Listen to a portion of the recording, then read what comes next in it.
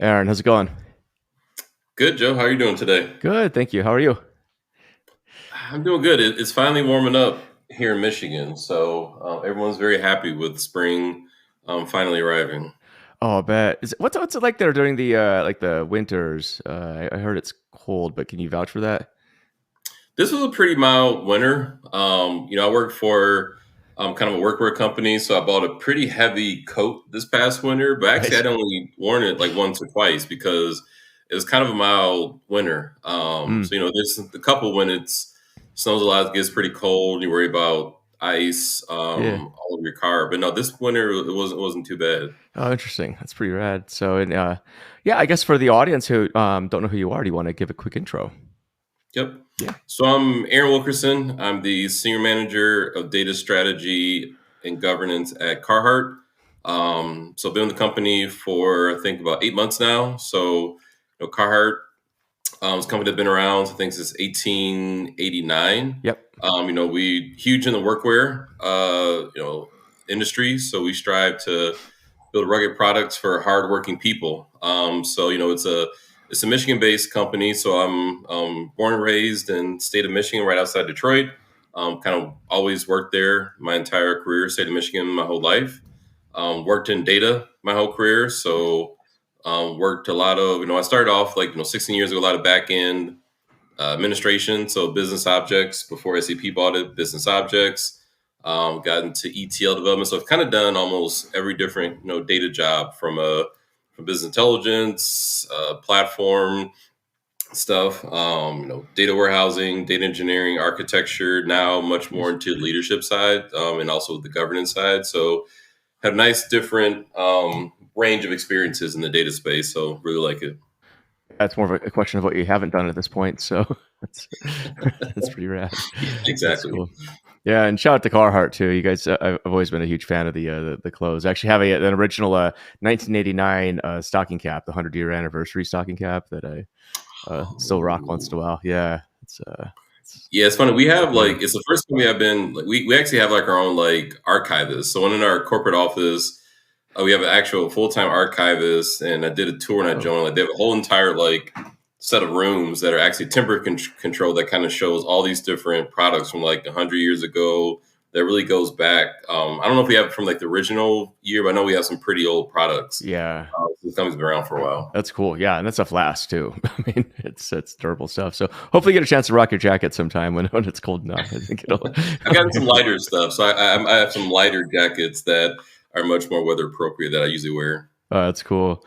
Well, awesome. Let's hop into it then. Data strategy, leadership. I think one of the things we are talking about before the show, and I think this would make for a good ongoing topic, is as why are data leaders terrible, and why do we keep struggling?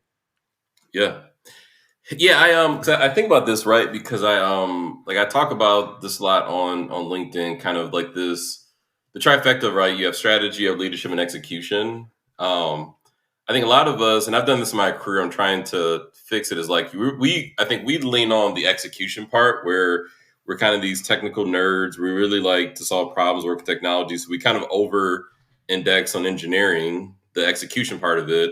And then we say, hey, by the way, I have a team, so we may do a little bit of leadership, and then strategy just becomes like the last thing that we work it on that we work on.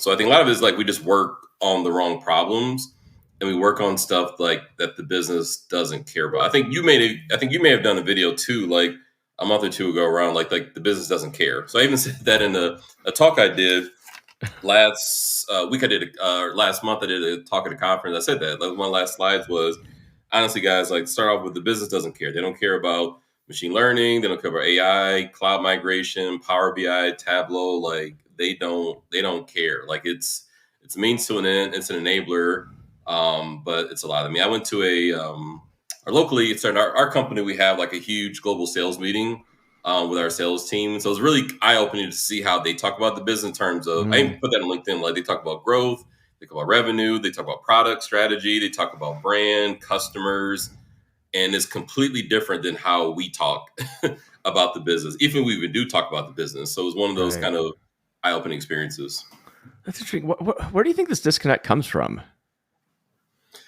I mean, I think it is just because I think a lot of it is we sit within IT, and I think that we're more so linked to like vendors and technology than we are like the business. Like if you look, like if you're trying to hire someone, you're hiring like like an Azure cloud architect. You used to be like you're hiring like a SQL Server database. So I think it's just the roles and the nature of the jobs. They're very technology specific, where we're hiring more so technologists and they just lean toward me. Bill Inman talks about that a lot on his post, where we've much more very much linked to vendors and technology versus like Mm. the actual business. Because when you hire, I'm guessing when you hire like different people in the business, like you're hiring business related skills, like accounting skills, sales experience, not like. So, I mean, you may hire a Salesforce person, but you're trying to hire for the business skills, not like the technology itself. Yeah. Had you always seen this in your career? I mean, um, I know in my experience, I worked in data, but I more worked in a business facing aspect. I didn't work for IT, and so every time I worked, when I was starting out, it was always embedded in a like sales, marketing, operations, and so forth. But did you come from the IT side of the business? Yeah, I've always like Okay, every single like I've worked in seven or so companies. Every company I've worked in data, and I've always been within IT. I've never been like an okay. actual business team. I've always been within IT within the data team. Mm. That may be a bit of the difference. And to your point too, I was actually with Bill and I were doing a show the other night in Denver, and one of the things that he brought up was the kind of the division between business and IT, and how there's been a divorce, as he calls it, and his goal in life is to help remarry the two. Yeah, So and also I think it's just incentives, right? It's yeah. a we like if the business drops 20%, like our performance, like we don't get knocked on our performance review, so we don't have anything in our performance that Mm, links to the progress of the business. It's about is the data available, are the systems up? But it's not like hey, if the business like we're not looking for ways to sell more or to increase like to improve marketing. Like we're just more aligned to more traditional like system availability and things like that. So like our like we don't think cyclically around the business cycle. We just think like kind of singularly around just the projects we're doing. And that's like we say, okay, that's a business problem. Like that we'll give this data to the business, let them worry about it. interesting. And I guess how does data strategy fall into all this? I mean, I think it's the linkage, right? It's the okay, this is what the business wants to do. How do we use data to help the business do that, right? So if the business wants to improve conversion, right? So we want to improve our lead conversion from marketing perspective. How do we do that? Like how do we use data to maybe figure out our customer segmentation, reach out to different pools of customers? How do we figure out like customer needs and wants from a data perspective? So I think it's more of a hey, how do we like help the business achieve its goals with data? But like it's like I always say, it's a means to an end, but it's not like they don't like it's not data for its sake, it's data to help the business. I think that's the part we kind of figure about is the outcomes, right? It's okay, it's a customer, it's maybe it's reducing customer acquisition costs, it's improving our sales, it's maybe supply chain, we're trying to reduce inventory or improve our reduce our lead times. Like it's those different outcomes that we're trying to figure out how to give the business data to help with those outcomes. Interesting. Like, what ways would you, if you were to like wave a magic wand and I guess change the way things are done, what would you do? Whew, that's a toughie. I mean, I think I think some of it is kind of the integration into the business, or I think it's just asking tough questions of like when we like one of the things that I've actually done the past couple of years is having to write kind of business cases because some of the initiatives I'm Mm, doing are kind of a bigger dollar sign, so they require a business case. So I think kind of getting kind of data leaders to kind of think about like, okay, if you had to write a business case for this, what would it be? Like I know in many cases we kind of have like set budgets and we have team members. We don't have to really worry about that. But I think getting people to actually write business cases for initiatives is a big one, or even kind of asking tough questions around okay how does this like how does this help the business, let's talk about business outcomes, or just talking about like the actual business in our meetings. I know that I've been part of mm, meetings where people do like weekly like revenue and operations meetings, but we don't really do that in our space. Like not have I've ever seen. So I think it's how do we link ourselves to the business and talk about the business regularly so it becomes natural language. Yeah, I definitely think that's. I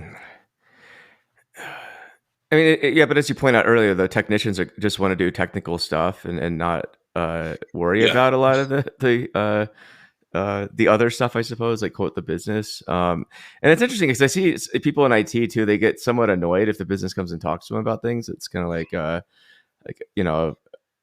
but then on the flip side, the perception of quote the business to IT is that it's a cost center, right? You're here to keep the lights on, keep the email working, keep if I need a new laptop or a new phone, maybe that's yeah. who I go to. And I think it's definitely an antiquated notion of IT, but I think that's still universally, as far as I can tell, at least from my perspective, maybe the perception of IT. I don't know what you see, but Yeah, I think it's like I said, I think it's kind of the back room. Like we'll submit a request to get a new laptop. We'll send it via ServiceNow or ticketing system, and then someone reaches out and says, "Hey, here's your new computer," or "Here's how you log in," things like that. But I think we're seeing like right now with like if you want to call it recession, just so many people losing their jobs. mm, I think that's where you're kind of getting this realization that yeah, like we like if you don't show value, people don't know your value. Like you could easily be one of these people that are being let go. I mean, you're seeing companies 10% reduction, 15% reduction. It's to me, it's a wake up call around like if you can't attribute what you do to value and kind of show how you value an organization, then they can easily let you go and not replace you. They'll just give your work to someone else. hmm So like I said, I think it's one of those things where people have been around for a long time, so they're just used to kind of just not thinking about that. But I think it's like 2008 when I first started my journey, the recession that was a big one. I think early COVID they were doing all these like furloughs, letting people go, and now we're seeing it again. So it's like we're seeing a cycle where like you just need to kind of make sure you know your value and your people, your employers know your value, or else you're out the door. Yeah, for sure. I mean, it's interesting because in this downturn, I think it was tech that got hit first, right? And a lot of the venture backed or companies that kind of IPO'd on a SPAC, or the ones that are kind of more loosely managed. And um, I sometimes quip, or maybe like they're maybe not. I mean, there are companies that were designed for a certain period of time, and I think a certain economic environment that weren't Yeah, capable of maybe evolving as quickly as they needed to. But now it's hitting, as you point out, more mature companies, quote legacy companies. It's starting to see this. I know I'm starting to see this personally. Like companies I thought were pretty recession proof, or well, they're doing layoffs now, and so it's it is a wake up call for sure. well, even like I'm seeing like people in my network like heads of data. Like we're Mm, seeing CDOs get laid off. Chief data officers at different bigger company get laid off, like heads of data. So I think you're even seeing where just I know why is this happening. It's just I think some of that is just kind of I don't know these people personally, but you can kind of guess around like maybe it's just our ability to show value, or it's like data is seen as nice, but it's not a mission critical, or we're just like the business doesn't know why they need to keep certain people around. They just yeah. not getting like they kept certain people, let certain people go. So there was some rationale there. So I think it's kind of tripping back to like linking it back to outcomes. Well, yeah, especially the bigger roles like chief data officer is one where I think the lifespan of a chief data officer is notoriously low. I think it was like a year or a year and a half or something like that, maybe Yeah, it's a year or ballpark. 2 years in between there. Yeah, yeah. Why do you think that is? I mean, this is if in our filter bubble in the data world, when we talk to people, it's like the chief data officer is, supposed to be this necessary job, and it's supposed to be the glue that will bring data to light. But why do you think the failure rate is so high? I mean, I think it's a.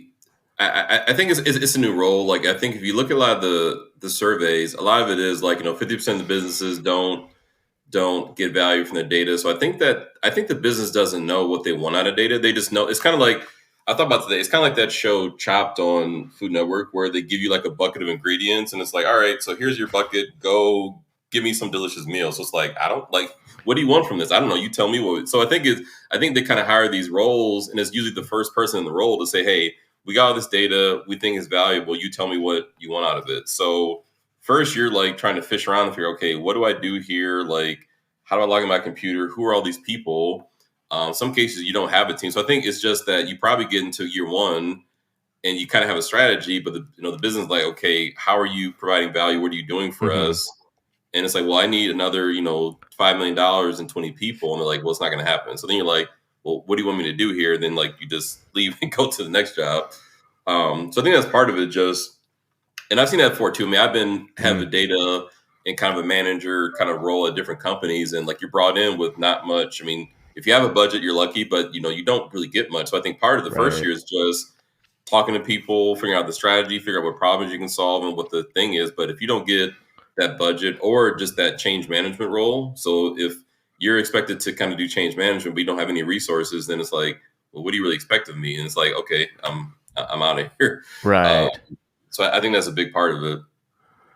In your experience, who does a chief data officer typically report to, or the head of data as an alternative role? I mean, I would say at Carhartt, it's the person I report to. She reports through the CIO. So I've always seen it kind of either a skip level or direct reporting to like the CIO or CTO.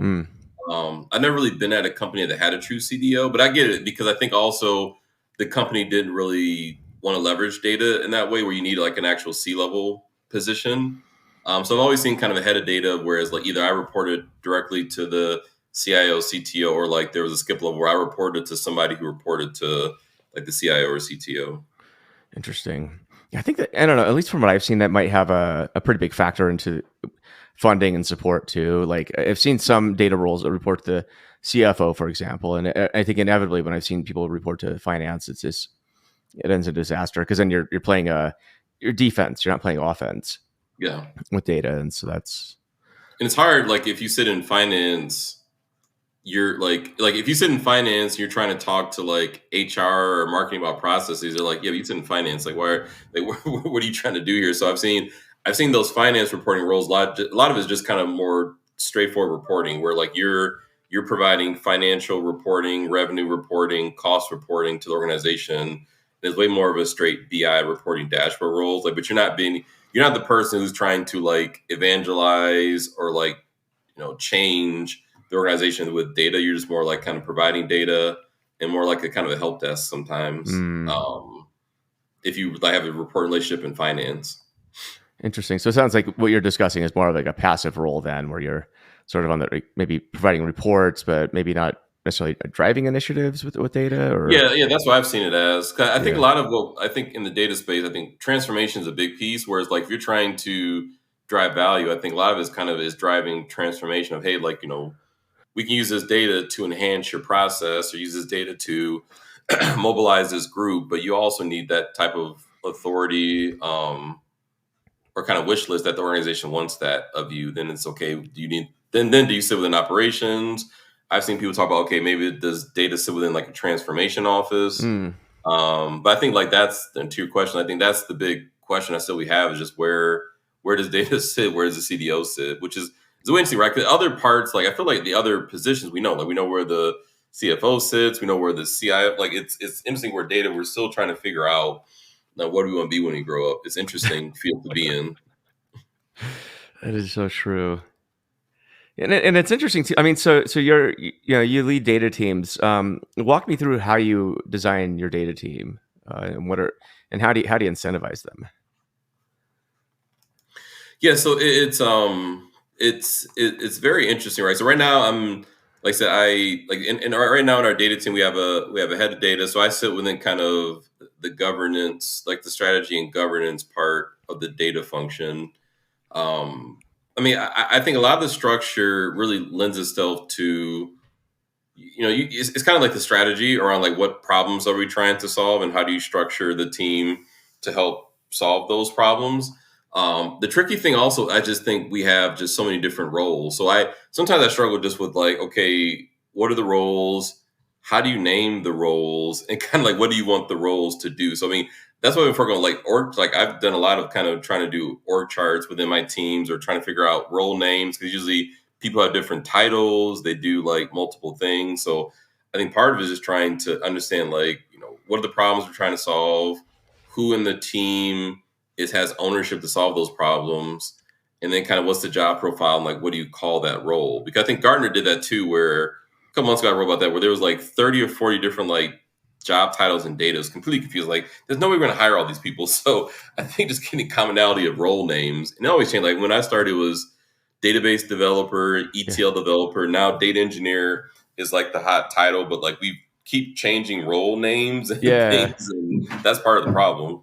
Yeah, it's something I even call it in my data engineering book too. It's like the last chapter I talk about how titles, they just morph, right? Everything evolves, and so there's a chance that maybe this book is titled something differently someday, or maybe it's completely irrelevant. I don't know. I mean, that's the reality of tech and IT, though. It's just the roles change. I point out data engineering is it's not much different than what we've called it in the past, really. But as you point out, same with data science, though. That's another role where I feel like that's a hodgepodge of things that I've personally seen evolve over the years. When it first came out, I think it was more about machine learning, and now it's kind of about anything that's not engineering but has to do with data, I guess. So, Yeah, when it's I like, when I first joined, when I started, it was data mining, and then mm-hmm. it kind of got called like predictive Analytics, analytics, yeah, and then it's went to data science, and then it's machine learning, and now it's just everything's AI. It's everything's AI now. so if you call it AI, then someone's gonna pop their head up, and like that's pop culture. Like my wife who works in she works at a school setting, and she knows what Chat GPT is. She's like, hey, like, so is this AI thing? Are you gonna lose your job? Like, I heard that thing's gonna replace everyone's job. This whole AI thing is like, yeah, I'm not worried about that. But like now it's like it's pop culture. So like sometimes I'm like, well, are we more aligned to like if people ask me what I do, no one knows what I do. Usually I say like IT, but now it's like, should I just say AI? Like, should we say AI now or should we say IT? Are we which one are we closer to that people know about? Everyone knows what IT is, so it's like, do I just say AI? And like, yeah, I just work in AI.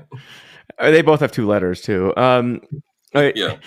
yeah, the AI department. It is interesting. When I was working on at a machine learning startup way back in the early 2010s, um, I think we called ourselves. Yeah, we used predictive analytics. I think machine learning was still sort of an unknown term, and then we dared not use the term AI because that had actually gone out of vogue during the last AI winter. So you didn't dare use that, and then all of a sudden now it's like anything that's machine learning or not probably is AI, and so that's super fascinating. It is interesting too, just how much that's captured the public's imagination. Yeah. And even hearing a lot about like business, like C-suite are walking up to their like CIOs or CDOs, like, "Hey, what are we doing about AI?" And it's like, "What do you mean?" Yeah, we're hearing this AI is a thing. What do we want to do? It's like I don't know. Like it kind of goes back to the strategy thing, where like, well, what we trying like I don't know what problems are we trying to solve? Like it's Yeah. just they just think it's the new kind of hammer. It's like, hey, where can we find nails to just use this hammer for? And it's like, well, I think you said like we've had this lost decade with data science. We did the same thing before. It was like 10 years ago it was Hadoop, where it's like, hey, I heard we have this thing called Hadoop. Let's go out and install some Hadoop stuff. Yeah. We got all this data, and then people tried that, spent millions of dollars, and just tore it all down. Hmm. Well, I think part of it too was this notion that every company is a data company, quote unquote, which I don't necessarily agree with that. I think that every company has data that they could potentially use to solve business cases, but the big trick is identifying that. But I don't agree that every company is a data company. I think that that's part of the problem, perhaps, is that we put too much emphasis on being a quote data company when we don't even know what that's supposed to really mean. So Yeah, because funny story. So like I've had a lawnmower for like 12 years, and it broke down. So there's a place in my street here that like fixes it. So I walk in there, it's completely dark. It's all paperwork, right? So like I walked in, they fill out a little invoice on a piece of paper. I pay via card. Something happened, so I came back, and luckily I had like the paper. So like, okay, here's my number. They pull out this huge stack of papers to kind of find my invoice. Like I said, that's not a data company. So the only data they have is probably just like, just running credit card processing, but completely manual labor, manual paper processing. Like, yeah, like to your point, depending upon your what you do. I mean, if you're a service company or product company, like a lot of the service companies, they're not a data company. Like they provide a service, they may have a customer list if they're lucky, but like they are just doing a service and they get paid for it. Like not a data company that you need to invest a lot in data on. Like they don't have data. They probably have terrible data. Um, you wouldn't do Right. that. And they're not going to get disrupted anytime soon, I can't imagine, unless some competitor comes in, into the local area. But that, because that's the other notion too, that that every company is a data company. If you're not doing stuff with data, you're going to get disrupted by the companies that are. Which maybe there's some nugget of truth to that, but I think to your point too, the counterexample is for every one of the companies that might get disrupted, there's probably 1,000 other companies that just there's no chance that's really on the table right now. I mean, lawnmower repair is just a very niche thing. I don't know of any startup that's going to say get VC funding to disrupt the lawnmower repair business Right. anytime Or the soon. ice cream. Like I got an ice cream place also around the corner, like a Yeah, little local ice cream place. It's open from March through October. Like I couldn't imagine. Like I mean, yeah, they could be disrupted by a bigger ice cream chain, but still, like they scoop ice cream and they give it to people. right. So it's not still so much you can do there. It's community based, right? It also, it's community based. So I don't see yeah, I don't see it. Yeah, and kind of a biography nut too. And I just remember I read this biography of John D. Rockefeller. It was called Titan, and recently when I had these discussions with people about data companies and putting data first, I was like, so how many analysts and data scientists did John D. Rockefeller have at his company, right? Because I think by all accounts, if you were to adjust for inflation, his Standard Oil was like the largest company of all time, right? But Yeah. it's kind of like, I don't know. I mean, he also did some underhanded tactics and caused monopoly. But the whole point is, it's not because he was a data first company. They didn't even have computers back then, but he still managed to build a giant fortune off it. So I think a lot of it does come down to just like a really wealthy friend of mine. I asked him how to get rich once, and he's like, "Well, you just got to sell things that people want to buy." I don't know what's so hard about Yeah. that. I was like, "That's true. It's also really hard." So Yeah, like even locally here, like I live outside of Detroit, so Henry Ford, the Ford family is huge. yeah, right. Anything about that, it was like industrial revolution processes, the assembly line, like very much doubt they had a data company. They just had a crap ton of people, and they worked on efficiencies. To your point, they sold something that people wanted. Mm-hmm. Um, I think it kind of goes back to the question around. I think that's where we need to understand, like, for the companies we work for, like, what are we trying to do? Like, when I talk to these conferences, I say, do you know how your company provides value? Do you know your customers? Do you know your operating model? How you make money? It's like I said, it's really just kind of selling stuff that people want, and then you can use data as like fuel to do more and scale more. But unless you're Nielsen or D&B, like you're not selling data, you're selling something else. You're trying to help people sell that. If you sell more of Yeah. that, then you win. Then you win. Well, and even ChatGPT, I mean, that's a good example of a product that took off because people wanted to try it out. It solved a real problem. The adoption on that was insane, right? Like, um, and people pay for it. I pay for it. I think it's pretty cool. It makes my life a lot easier. But that's an example of maybe a data first company, like literally that. But at the end of the day, GPT was, it came out. I think GPT-2 was released in 2019 and 3 was released in 2020. So this isn't new stuff, but the fact, when they put the wrapper around it for chat, that's when it took off. And wonderful product, and it all obviously disrupted anybody who was competing in that space with a search or anything, and that's pretty cool to see. But Yeah, again, there's an people wanted example it. too. Yeah, like I said, I think I've read a lot of articles, people saying, like, this wasn't revolutionary. So and so had did this before. Yeah, but guys, like, I mean, Ryan Reynolds on Mint Mobile is talking about Chat GPT and like reading a script off Chat. Like that's like if you hit pop culture, think about Facebook. I mean, like Yeah, if you hit pop culture and ride the wave, like that's what you're trying to do. Like it's not about who has the best technology or the best agile principles, the best process. It's like you're trying to market yourself and get people to adopt it and use it. And like that's what we're trying to do, not try to do the latest tech or the newest tech. Like you're just trying to get people to use your stuff, and they did it. So hmm I'm sure a lot of people will be reading from that playbook, but like, hey, they figured out what the rest of you guys weren't able to. right. Well, even Carhartt, right? I mean, I've been, like I said, wearing their stuff for ages, decades, and it's awesome stuff. Still have some of the original clothes. I don't know if they fit really well anymore, but a bit older now. But my kid might fit my kids. Yeah. But it's a good example too. I mean, it's just, now speaking of pop culture, Carhartt's I was in Berlin last week and walking around, and people are wearing Carhartt there. I was like, this is none of y'all are working. I don't think y'all probably work at cafes, but it's obviously it's popular clothing, right? So Yeah, it's pretty cool to see the growth over time. Especially, I know people who worked here for 20 years, but you kind of see the huge growth and how it kind of like takes over from a cultural perspective, and just kind of you see that grow. Like I said, I watch YouTube videos, I see interviews, people wearing it. You're like, wow, this thing is really taking over. And even like working in data, like I was so but 6 years ago, I was, kind of playing around with Power BI when it first came out, like 2016, 2017, kind of just rode the wave with the development and kind of rolled that out through the company. And it just kind of exploded from an adoption perspective and kind of got a huge fanfare, just making people's lives easier. Like, hey, like before, it would take you 5 days. We implemented this stuff. Now it takes you one day to get the right. information you need. Like, just huge adoption, kind of just massive scale. So I think that's the thing too. Think about strategy. Just kind of who are our customers? How do we Mm, get them to adopt our stuff? How do we make their lives easier? How do we relate to them? Like that's the kind of those principles that I think a lot of times we forget about. What we're trying to do ultimately. It's not just right. about implementing cool tech. It's like how do we get people to use it? So when you hear about shelfware, vaporware, like that's the problems we have is we buy a bunch of stuff and do it, but no one really uses it. Hmm. Why do you think that is? I mean, it's not like shelfware or vaporware is new, but in organizations, why do you think we keep struggling with that? I don't. I think a lot of it is just it's like shiny toy syndrome.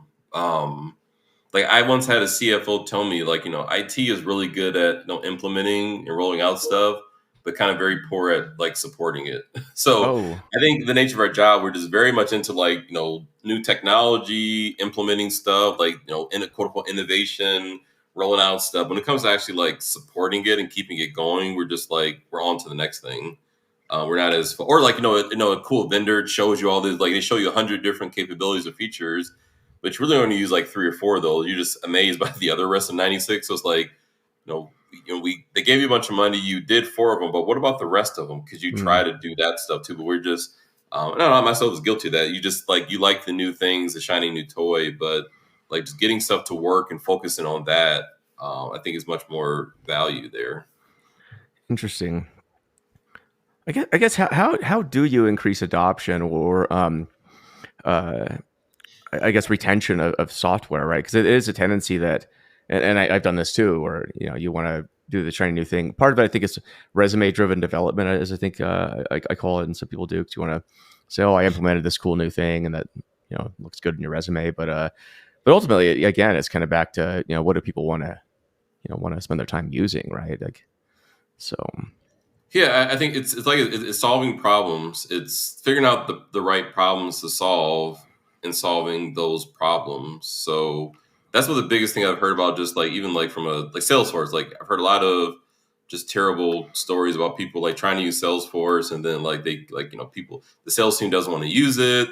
Mm, They fill out certain fields, but the data's all garbage, so you can't really use it. So it's kind of a we kind of give people these tools, but they didn't have any problems to start with, so we kind of gave them stuff they didn't even want.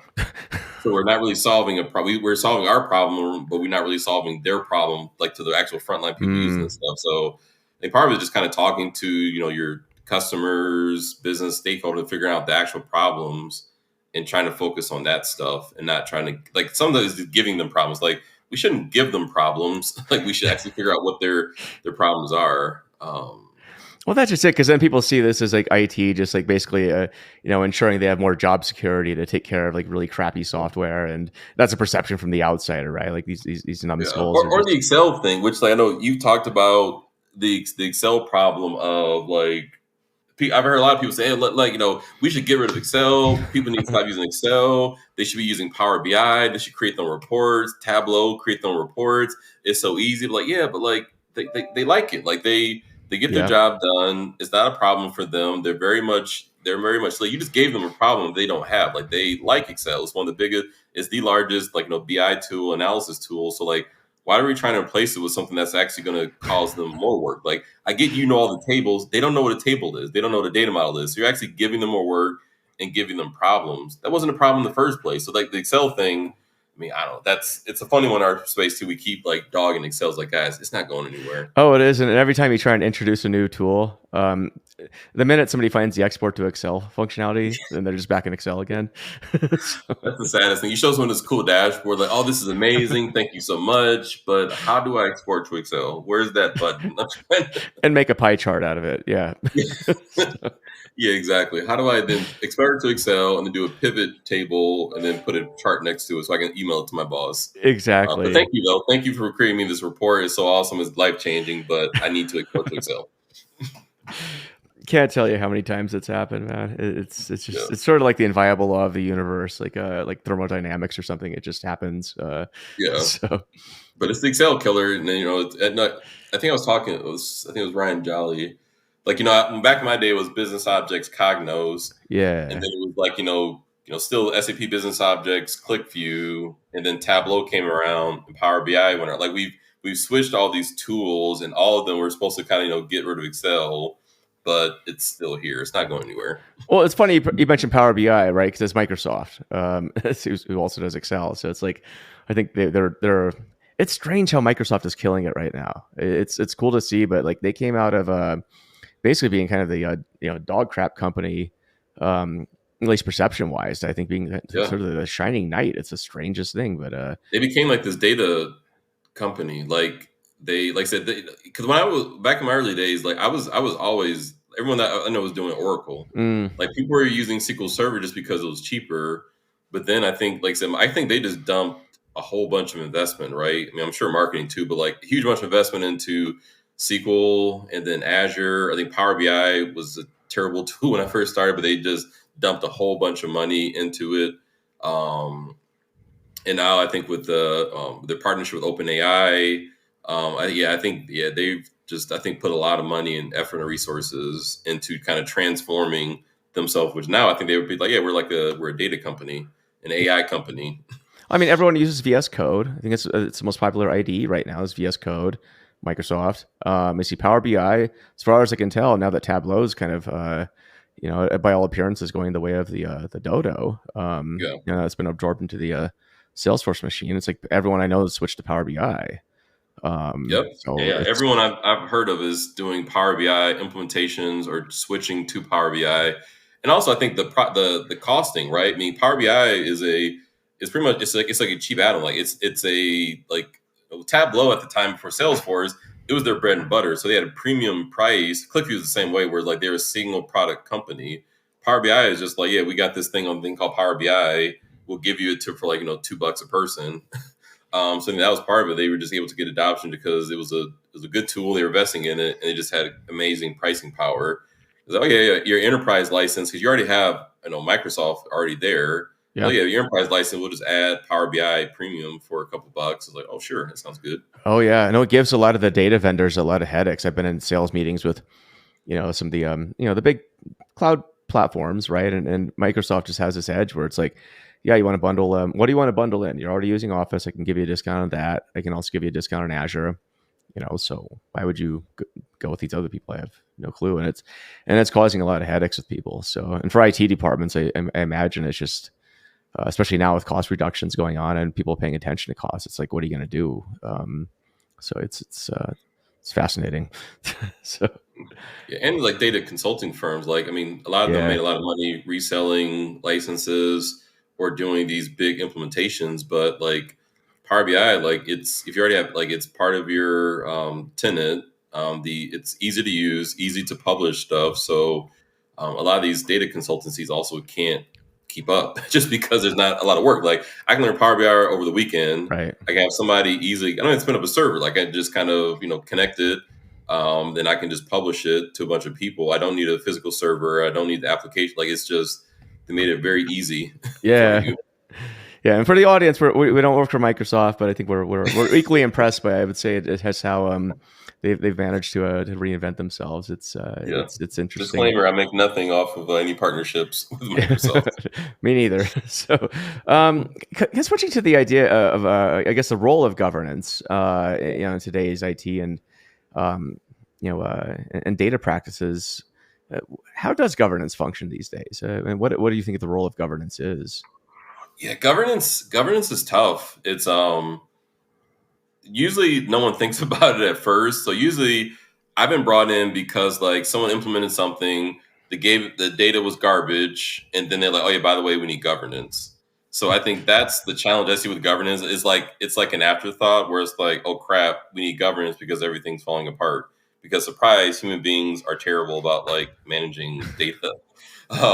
So I think especially in this digital world where like you have so many different like cloud SaaS applications, they have so many different applications. Like our infrastructure within the IT landscape, tons of applications, and they're all passing information all around. So garbage in, garbage out. Where people put bad data into one system, it just gets promulgated all the way downstream, and you just have issues. So I think governance is going to be huge going forward, just because you talk about digital transformation. That just means more data. People want access to the data, they want to see the data, they want to move around. So you need governance to kind of manage like how is it moving between systems. 'Cause that's always that's the number one question is like I don't know where the data is coming from. I don't know where it's going to.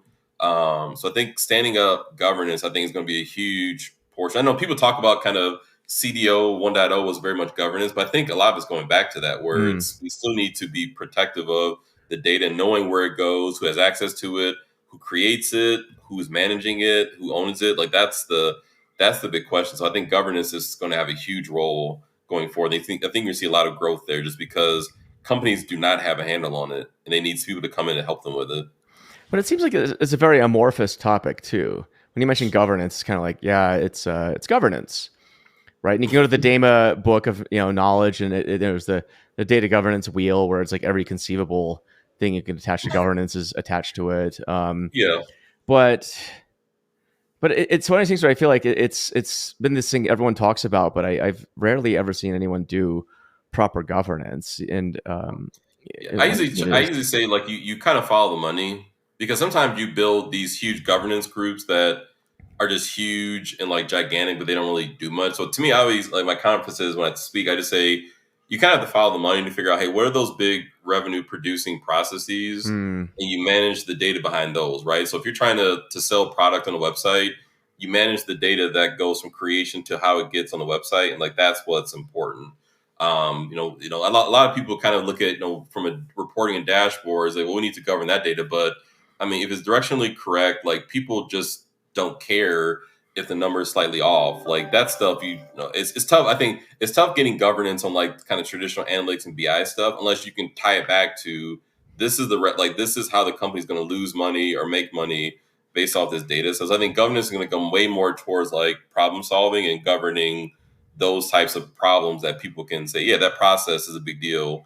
We need governance around that versus governing everything because it's just too big, right? You can't govern everything, or you need this huge organization, and no one's going to front the bill for a staff of like 30 or 50 people. data governors, yeah. I mean, do you think it's data governance is a centralized role, or do you think it's decentralized?